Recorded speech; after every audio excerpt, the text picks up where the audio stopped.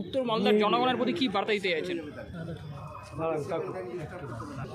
প্রথম বার্তা হচ্ছে ভৌগোলিক দিক থেকে আমাদের একটা চাঁচল সাব ডিভিশন আর সদর সাব ডিভিশনের এই চাঁচল সাব ডিভিশনে হরিশ্চন্দ্রপুর, চাঁচল, মালতীপুর, রতুয়া বিধানসভা আছে। এখানকার ভৌগোলিক অবস্থান, মানুষের কালচার একরকম।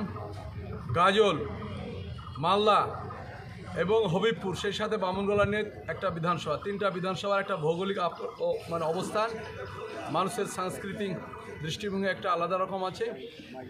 এই মানুষের উত্তরবঙ্গের উত্তর মালদা যে লোকসভা কেন্দ্রের মানুষের কাছে প্রথম আমার বক্তব্য হচ্ছে, আমরা কংগ্রেস এবং বাম শক্তি 2016 সালে ইউনাইটেডলি লড়েছি, 2021-এ লড়েছি।